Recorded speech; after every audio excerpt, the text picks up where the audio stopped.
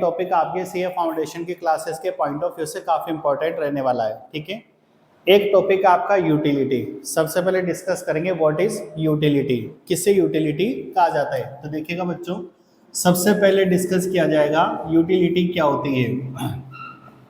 देखिएगा, यूटिलिटी का मतलब होता है satisfaction power of a commodity. किसी भी कमोडिटी की जो सेटिस्फेक्शन पावर होती है उसको यूटिलिटी कहा जाता है।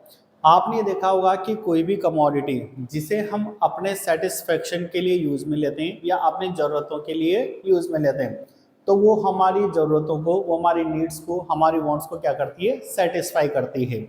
तो किसी भी कमोडिटी की वांट्स सेटिस्फाई करने की जो पावर होती है उसे यूटिलिटी कहा जाता है। तो यूटिलिटी का एक बेसिक सा मीनिंग हो सकता है satisfaction power of a commodity. किसी भी कमोडिटी की सेटिस्फेक्शन पावर को क्या कहा जाता है, यूटिलिटी कहा जाता है।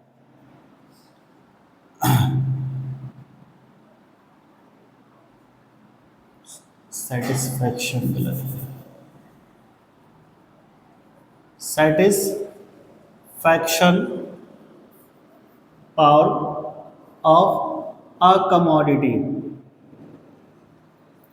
ठीक है, किसी भी कमोडिटी की जो सेटिस्फेक्शन पावर है उसे यूटिलिटी कहा जाता है। अब देखिएगा बच्चों, हम यहाँ पर टाइप्स ऑफ यूटिलिटी की बात करेंगे। यूटिलिटी हमारे पास दो टाइप्स की होती है। आपने 11th और 12th स्टैंडर्ड पर भी पढ़ा होगा। यूटिलिटी के दो टाइप्स होते हैं, one is total utility and second is a marginal utility. तो सबसे पहले यहाँ पर हम बात करेंगे टोटल यूटिलिटी की, और सेकंड हम बात करेंगे यहाँ पर मार्जिनल यूटिलिटी की। मार्जिनल यूटिलिटी की, इसको शॉर्ट में टीयू कहा जाता है, इसको शॉर्ट में एमयू कहा जाता है, यानी कि total utility and marginal utility. अब देखिएगा बच्चों, सबसे पहले हम समझेंगे कि टोटल यूटिलिटी क्या होती है एंड मार्जिनल यूटिलिटी क्या होती है। देखिएगा, टोटल यूटिलिटी और मार्जिनल यूटिलिटी को डिफाइन कैसे किया जाता है। ये आपके पास मार्जिनल यूटिलिटी है। अगर मार्जिनल यूटिलिटी का सम कर दिया जाए तो वो किस में कन्वर्ट हो जाती है, टोटल यूटिलिटी में। तो हम टोटल यूटिलिटी के एक बेसिक सी डेफिनेशन यहाँ पर बता सकते हैं, sum of marginal utility is known as total utility. तो यहाँ पर बेटा सम ऑफ मार्जिनल यूटिलिटी, जिसे ही क्या कहा जाएगा, टोटल यूटिलिटी। अब मार्जिनल यूटिलिटी का सम कर रहे हैं तो यहाँ पर अपन टीयू का एक फॉर्मूला बना सकते हैं इसी डेफिनेशन से। किसकी बात की जा रही है, सम की बात की जा रही है। और किसका सम, मार्जिनल यूटिलिटी का। सम को सिग्मा से रिप्रेजेंट किया जाता है और किसका सम, मार्जिनल यूटिलिटी का। तो टीयू का फॉर्मूला बन गया यहाँ पर सिग्मा एमयू, इसे क्या कहा जाता है, टोटल यूटिलिटी कहा जाता है। अब हम बात करते हैं बेटा यहाँ पर मार्जिनल यूटिलिटी की। मार्जिनल यूटिलिटी क्या होता है, देखिएगा, टोटल यूटिलिटी में जो चेंज होता है उसे क्या कहा जाता है, मार्जिनल यूटिलिटी। टोटल यूटिलिटी में जो चेंज होता है उसे मार्जिनल यूटिलिटी कहेंगे। यानी कि कहा जा सकता है change in total utility, change in total utility is known as a marginal utility. लेकिन टोटल यूटिलिटी में चेंज क्यों होता है, ये सबसे एक इम्पॉर्टेंट बात है हमारे लिए। देखिएगा, जब भी हम किसी भी कमोडिटी के एक एडिशनल यूनिट को यूज में लेते हैं, सपोज करिए कोई भी कमोडिटी है जिसके अपन 1, 2, 3, 4, 5, 6 इस तरीके से यूनिट्स का क्या कर रहे हैं, कंजप्शन कर रहे हैं। अब आप ये मान लीजिए कि पहली कमोडिटी की फर्स्ट यूनिट यूज में लेने से आपको 2 के बराबर टोटल यूटिलिटी मिली।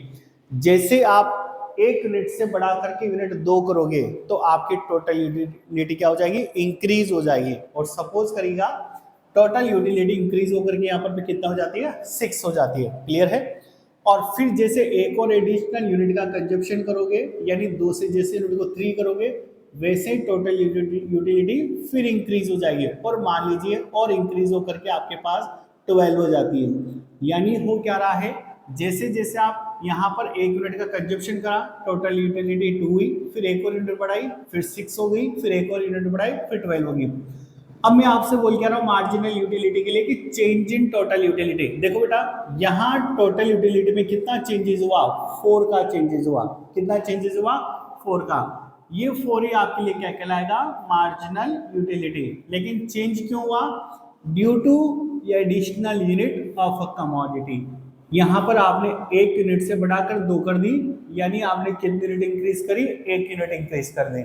तो मार्जिनल का मतलब ये होता है कि जब हम किसी भी कमोडिटी के एक एडिशनल यूनिट को यूज में लेते हैं तो उससे टोटल यूटिलिटी में जो चेंजेस होता है उसे ही मार्जिनल यूटिलिटी कहा जाता है। और मार्जिनल में हमेशा एक एडिशनल यूनिट को ही इंक्रीज किया जाएगा।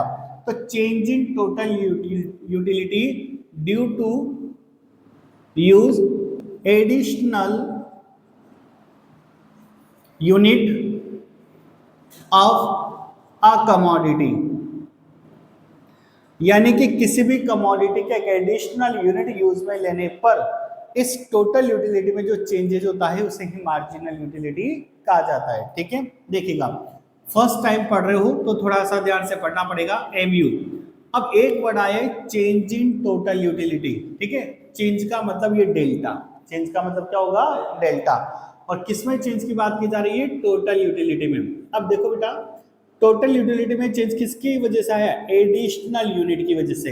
यानी कि हमने जब किसी भी कमोडिटी के एक एडिशनल यूनिट को यूज में लिया तो उसकी वजह से टोटल यूटिलिटी में चेंजेस आया। उस चेंजेस को हमने क्या कहा, मार्जिनल यूटिलिटी। लेकिन किसकी वजह से आया था, एडिशनल यूनिट। और एडिशनल यूनिट का मतलब यूनिट चेंज हो रही तो डेल्टा क्यू। तो मार्जिनल यूटिलिटी का फॉर्मूला होता है delta T upon delta Q. और बेटा इसी टॉपिक को या इसी फॉर्मूले को आप ऐसे भी लिख सकते हो, M U equal to T U N minus T U N minus 1। और इन दोनों फॉर्मूले का मतलब सेम होता है। जब मैं आपको एक प्रैक्टिकल क्वेश्चन कराऊंगा तो वहां पर मैं प्रूफ करेंगे कि दोनों का मीनिंग सेम है। M U equal to delta T U upon delta Q and M U equal to T U N minus T U N minus 1। तो बच्चों ये दो तरीके की यूटिलिटी है। क्लियर है आपको टॉपिक। अब हम बात करेंगे एक टॉपिक पर जिसे कहा जाएगा लॉ ऑफ डीएमयू, यानी कि law of diminishing marginal utility. सबसे पहले हम बात करेंगे कि लॉ ऑफ डीएमयू क्या होता है, इसकी क्या अजम्पशंस होती है, लॉ ऑफ डीएमयू के प्रोपाउंडेड कौन है, किसने लॉ ऑफ डीएमयू दिया और बाद में इसको डेवलप्ड किसने किया।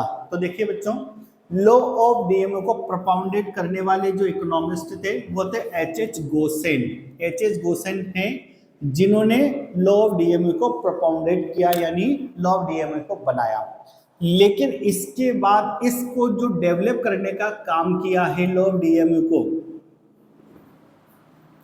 It is developed by Alfred Marshall. किसने डेवलप करा इसको, एल्फ्रेड मार्शल, जो कि काफी फेमस इकोनॉमिस्ट है। ठीक है, यानी कि हो क्या रहा है कि लॉ ऑफ डीएमयू को प्रोपाउंडेड किसने कराया, एच गोसेन ने इसको बनाया है। और बाद में इसकी जो डिटेल बताई है, इसका जो एनालिसिस करा है, इसको जो डेवलप करा है वो किसने करा है, एल्फ्रेड मार्शल ने किया है। अब देखो बेटा, लॉ ऑफ डीएमयू आपसे क्या बोलता है ना, लॉ ऑफ डीएमयू क्या कहता है, यहाँ पर इसको एक प्रैक्टिकल के तौर पर समझेंगे हम लोग। ये किसी भी कमोडिटी की क्वांटिटी जो हम कंजप्शन कर रहे हैं और ये यहाँ पर पे है उस कमोडिटी से मिलने वाली मार्जिनल यूटिलिटी।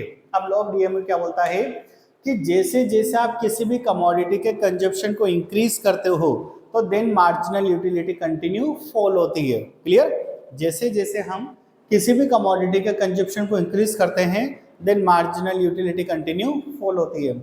और एक यूनिट ऐसी आएगी जहां पर मार्जिनल यूटिलिटी फॉल होकर के जीरो हो जाएगी।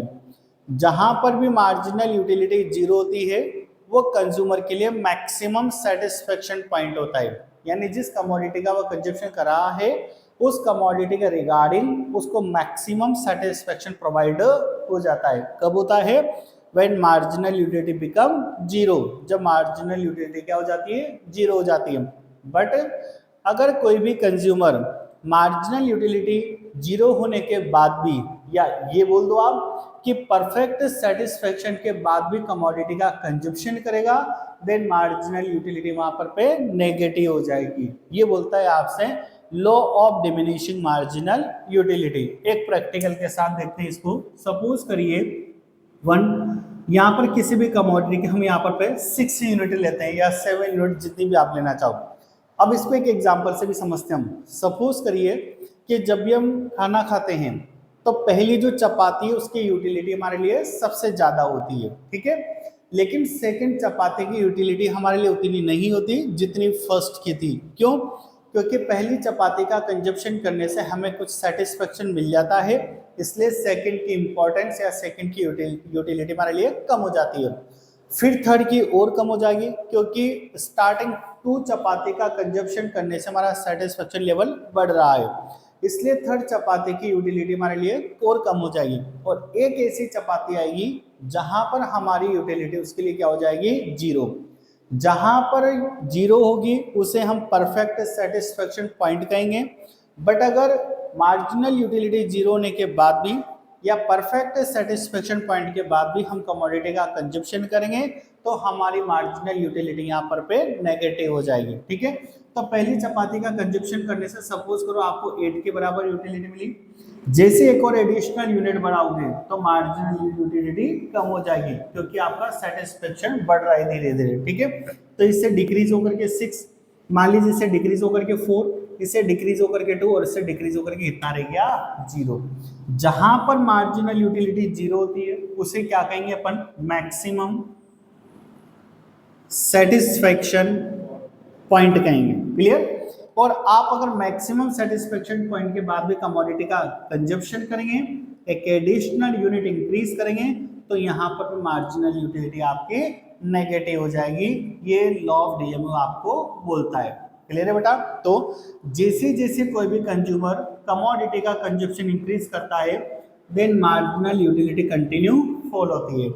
एक यूनिट पर मार्जिनल यूटिलिटी 0 होती है, जिसे कंज्यूमर के लिए मैक्सिमम या परफेक्ट सेटिस्फेक्शन पॉइंट कहा जाता है। बट इसके बाद भी अगर कंज्यूमर कमोडिटी का कंजप्शन करता है तो मार्जिनल यूटिलिटी वहां पर पे नेगेटिव हो जाती है। इसी को डायग्रामेटिकली रिप्रेजेंट करेंगे हम लोग। ये आपके पास वाई एक्सिस है और ये एक्स एक्सिस है, जहां पर हम लोग किसी भी कमोडिटी की क्वांटिटी को रिप्रेजेंट करेंगे जिस कमोडिटी का कंजप्शन किया जा रहा है। वाई एक्सिस पे हम लोग मार्जिनल यूटिलिटी को लेंगे, क्योंकि हम यहाँ पर मार्जिनल यूटिलिटी के बारे में डिस्कस करेंगे। ये ऑरिजिन पॉइंट होता है जहां पर पे सब कुछ क्या होता है, 0 होता है। अब देखिएगा बच्चों, आपके लिए यहाँ पर पे ये कंटिन्यू क्या हो रही है, फॉल हो रही है। ठीक है, तो मार्जिनल यूटिलिटी कंटिन्यू क्या होगी, फॉल होगी। और एक ऐसा पॉइंट आएगा जहां पर इसके जस्ट सामने देखिए मार्जिनल यूटिलिटी क्या हो गई, 0। तो हम ये बोल सकते हैं कि यहाँ पर मार्जिनल यूटिलिटी 0 है, जिसे ही हम कंज्यूमर के लिए परफेक्ट सेटिस्फेक्शन पॉइंट कहेंगे। और अगर कंज्यूमर इस परफेक्ट सेटिस्फेक्शन पॉइंट के बाद भी और कमोडिटी का कंजप्शन बढ़ाता है तो मार्जिनल यूटिलिटी ये -y, तो माइनस के अंदर चली जाती है, यानी एम यहाँ पर पे क्या हो गई है, नेगेटिव हो गई है। That is a law of diminishing marginal utility. Clear है बच्चों आप लोगों को। यहाँ आप बोर्ड से अपने नोट्स बना सकते हैं, बता लो।